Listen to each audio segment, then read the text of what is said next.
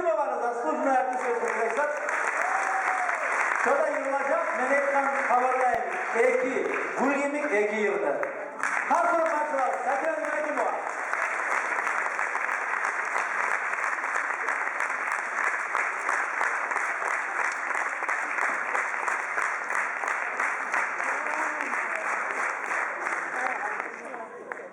Ayağımı umu kalkın. Kurdaşlarım, kardeşlerim.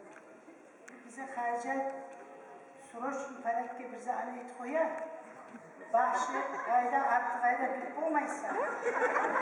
Bu sefer raz beni şuna boş yansa ikiye katın nispi sıkka. Şuna parmağı koyma ayıp olmasını geliyorum ben. Yılda İslam'a getireceğim.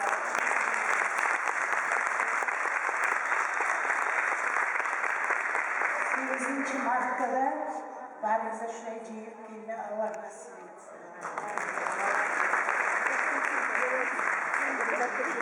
Sırası yıla koyma interese tutun bile zahmet etmesi adamlar var. Kaynavur gittiğimi adamlara akçeleri söylete turup üret koygan.